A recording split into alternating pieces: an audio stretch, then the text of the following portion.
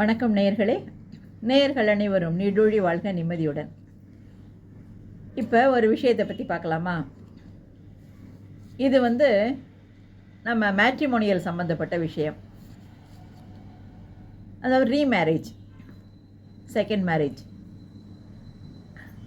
அதாவது அந்த காலத்துலலாம் செகண்ட் மேரேஜுங்கிறது ரொம்ப எங்கேயாவது அங்கே ஒன்று இங்கே ஒன்று கேள்விப்படுவோம். ஆனால் இப்போ அப்படி இல்லை. ஒருத்தவங்க ரிஜிஸ்ட்ரேஷனுக்கு வர்றாங்கனாலே ஃபஸ்ட்டு மேரேஜா செகண்ட் மேரேஜா அப்படின்னு கேட்குற மாதிரியா இருக்குது. என்னென்னா அப்போல்லாம் அதாவது நான் ஆரம்பித்து 28 இயர்ஸ் ஆகுது. அப்போல்லாம் ரொம்ப ரேராக இருக்கும். ஒரே ஒரு ஃபைல் இருக்கும், ரீமேரேஜ் ஃபைலு. அதுலேயும் ஒரு 5-6 இருக்கும், அதுக்கு மேலே இருக்காது. ஆனால் இப்போ 4 ஃபைல் தாண்டி 5ஆவது ஃபைலு ஒன்றுலேயும் 30. அதுவும் மேரேஜ் ஆகி ஒரு வாரத்தில் 10 நாளில் இந்த மாதிரியெல்லாம் ரீமேரேஜுக்காக ரிஜிஸ்டர் பண்ண வராங்க. இதையும் தாண்டி செகண்ட் மேரேஜ் மட்டும் இல்லாமல் தேர்டு மேரேஜ் ஃபைலும் ஓப்பன் ஆகிருக்கு. அதில் ஒரு 10 பேர் இருக்காங்க, 10 பொண்ணு 10 பையன். என்ன இதெல்லாம் பார்க்குறப்ப அதாவது ரொம்பவே கஷ்டமாக இருக்குது. இங்கே நம்ம மேட்ரிமோனியலில் நிறைய பேருக்கு வெளியில் உள்ளவங்களுக்கு இது தெரியாது. இங்கே நாங்கள் சந்திக்கிற பிரச்சனைகள் ரொம்ப ஜாஸ்தி இந்த ரீமேரேஜ் பொறுத்த வரைக்கும். அதாவது எல்லாம் நினச்சிக்கிட்டு இருக்காங்க, சரி ஃபஸ்ட்டு மேரேஜ் சரியாகலையா, சரி டக்குன்னு டைவர்ஸ் வாங்கிட்டு வேறு நல்ல ப்ரொஃபைலாக பார்க்கலாம் அப்படின்னு நினைக்கிறாங்க. ஆனால் ரீமேரேஜுங்கிறது ரொம்ப ஈஸி கிடையாது, ரொம்பவே கஷ்டம் நமக்கு வேணுங்கிற மாதிரி கிடைக்கிறது. அதாவது ஒரு மேரேஜ் இது வேண்டாம் அப்படின்னு நம்ம தவிர்க்கிறதுக்கு முன்னாடி என்னென்ன யோசிக்கணும் தெரியுமா? அதாவது இந்த ஃபஸ்ட்டு மேரேஜ் நமக்கு வேண்டான்னு யோசிக்கிறதுக்கு ரொம்ப தவிர்க்க முடியாத காரணமாக இருக்கணும். ஒன்று ஹஸ்பண்ட் அல்லாட்ட ஒய்ஃபோட டெத்து, இல்லை ரொம்ப தீவிரமாக அவங்க ஒரு நோயாளி, குணப்படுத்தவே முடியாத நோய். அப்புறம் டாக்டர் சர்டிஃபிகேட் படி அவங்க not fit for married life. அப்படி இல்லைன்னா சைக்கலாஜிக்கலாக ரொம்ப அஃபெக்ட் ஆகி அதுக்காக மெடிசன் எடுத்துக்கிட்டு இருக்கவங்க, அதை இவங்கள்ட்ட மறைச்சி தினம் மாத்திரை போட்டுக்கிட்டு படுத்திருந்து அந்த மாதிரி திடீர்னு எதையாவது தூக்கி எறிகிறது, இந்த மாதிரி சைக்கலாஜிக்கலாக அஃபெக்ட் ஆனவங்க. இந்த மாதிரி ரொம்பவே முடியலை, இவங்களோட வாழவே முடியாதுங்கிற பட்சத்தில் தான் டைவர்ஸ் வாங்கி செகண்ட் மேரேஜுக்கு போகணும். இதை விடுத்து இப்போ என்னன்னா, இப்போ வர்ற காரணங்களெல்லாம் கேட்டால் ரொம்ப ஆச்சரியமாகவே இருக்கும். எங்களுக்கு ஒத்து வரல, டைவர்ஸ் பண்ணிட்டோம், என்னோட டேஸ்ட்டே இல்லை அவருக்கு, அதனால் டைவர்ஸ் வாங்கிட்டோம் மேடம். அப்புறம் நானும் நல்லா படித்து நானும் சாஃப்ட்வேரில் ஒர்க் பண்ணுறேன், எதுனால என்னையே எதிர்பார்க்குறாரு, ஆர்டர் போடுறாரு, ஒரு டீன்னா கூட என்னை எதிர்பார்க்குறாரு. இதெல்லாம் எனக்கு சரிப்பட்டு வராது. அதோ கூட வர்ற அம்மாவும் சேர்ந்து பேசுவாங்க, இதுக்காக எங்கள் பொண்ணை படிக்க வச்சோம், அவள் லட்ச சம்பாதிக்கிறா அப்படின்னு அவங்களும் இதெல்லாம் சொல்லி இந்த காரணத்துக்குனால நாங்கள், அதாவது இந்த மாதிரி உப்பு பெறாத காரணத்துக்கு நாங்கள் டைவர்ஸ் வாங்கி இங்கே வந்துட்டோம், என்ன செகண்ட் மேரேஜுக்கு அப்ளை பண்ணுறோங்கிறது ரொம்ப தெளிவாக சொல்லுவாங்க. என்ன இந்த மாதிரி ஒன்றும் இல்லாத விஷயத்துக்காக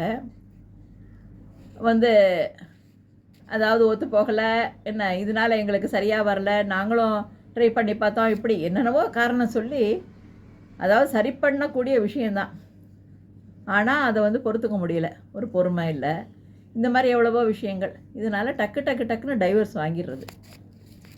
ஆனால் அவங்க என்ன நினைக்கிறாங்கன்னா, டைவர்ஸ் வாங்கிட்டு வர்றப்ப வாங்குகிற நேரம் முன்னால் எவ்வளவோ நல்ல அலையன்ஸ் வந்தது, அதெல்லாம் விட்டுட்டு ஏதோ விதின்னு இதில் போய் விழுந்துட்டோம். என்ன அதனால் டைவர்ஸ் பண்ணிட்டோன்னா நம்ம அந்த மாதிரி பழைய மாதிரி நிறைய நல்ல ப்ரொஃபைல்ஸ் பார்த்து பண்ணலாம் அப்படின்ட்டு.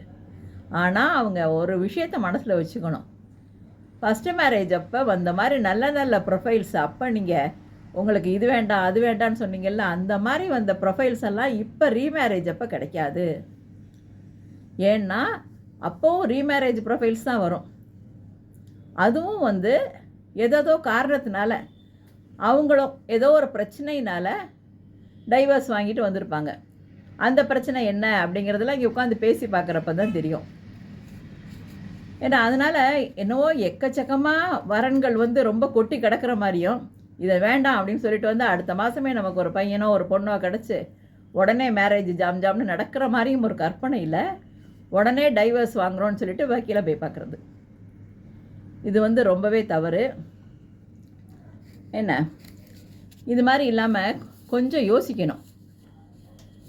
நம்ம வந்து இன்னும் கொஞ்சம் பொறுமையாக இருந்து பார்க்கலாமா, இது சரிப்படுத்த முடியுமா அப்படின்னு நல்லா யோசித்து பார்த்து அதுக்கப்புறம் இது வேண்டாம் அப்படின்னு நான் வந்து முடிவு பண்ணணுமே தவிர, ஒன்றும் இல்லாத விஷயத்துக்கெல்லாம் வந்து டக்குன்னு டைவர்ஸ் வாங்கிட்டு ரீமேரேஜுக்காக வந்து இங்கே ரிஜிஸ்டர் பண்ணக்கூடாது அப்படிங்கிறது வந்து என்னோட ரொம்ப தாழ்மையான அபிப்பிராயம்.